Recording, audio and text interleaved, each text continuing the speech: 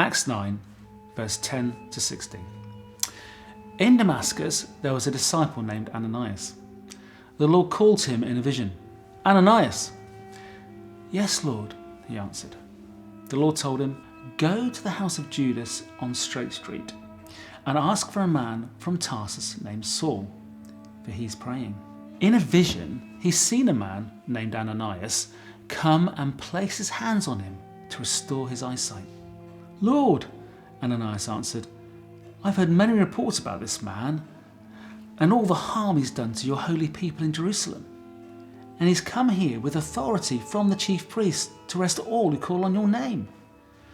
But the Lord said to Ananias, "Go. This man is my chosen instrument to proclaim my name to the Gentiles and their kings and to the people of Israel. I'll show him how much he must suffer for my name." 1 Corinthians 2, verses 1 to 5. "And so it was with me, brothers and sisters. When I came to you, I did not come with eloquence or human wisdom, as I proclaimed to you the testimony about God. For I resolved to know nothing while I was with you except Jesus Christ and him crucified. I came to you in weakness, with great fear and trembling. My message and my preaching were not with wise and persuasive words, but with the demonstration of the Spirit's power, so that your faith might not rest on human wisdom, but on God's power." 2 Corinthians chapter 11, verses 21 to 30. "Whatever anyone else dares to boast about, and I'm speaking as a fool, I also dare to boast about. Are they Hebrews? So am I. Are they Israelites? So am I. Are they Abraham's descendants? So am I. Are they servants of Christ? I must be out of my mind to talk like this. I am more. I've worked much harder, been in prison more frequently, been flogged more severely, and been exposed to death again and again. 5 times I've received from the Jews the 40 lashes minus 1. 3 times I was beaten with rods, once I was pelted with stones, 3 times I was shipwrecked and spent a day and night in the open sea. I've been constantly on the move.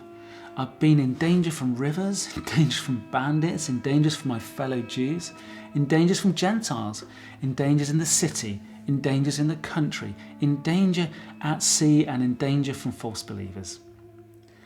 I have laboured and toiled and often gone without sleep. I've known hunger and thirst, and I've often gone without food. I've been cold and naked. And besides everything else, I face the daily pressure of my concern for all the churches. Who's weak and I don't feel weak? Who's led into sin and I don't inwardly burn? If I must boast, I will boast of the things that show my weakness." John chapter 21. When they'd finished eating, Jesus said to Simon Peter, "Simon, son of John, do you love me more than these?" "Yes, Lord," he said, "you know that I love you." Jesus said, "Feed my lambs." Again, Jesus said, "Simon, son of John, do you love me?" He answered, "Yes, Lord, you know that I love you." Jesus said, "Take care of my sheep." The 3rd time he said to Simon, son of John, "Do you love me?" Peter was hurt because Jesus asked him the 3rd time, "Do you love me?" He said, "Lord, you know all things. You know that I love you." Jesus said, "Feed my sheep. Very truly, I tell you, when you're younger, you dressed yourself and you went where you wanted. But when you're old, you'll stretch out your hands and someone else will dress you and lead you where you don't want to go." And Jesus said this to indicate the kind of death by which Peter would glorify God. Then he said to him, "Follow me." 1 Peter chapter 4, verses 12 to 13. Dear friends, don't be surprised at the fiery ordeal that has come to you to test you, as though something strange were happening to you, but rejoice that you're participating in the sufferings of Christ, so that you may be overjoyed when his glory is revealed.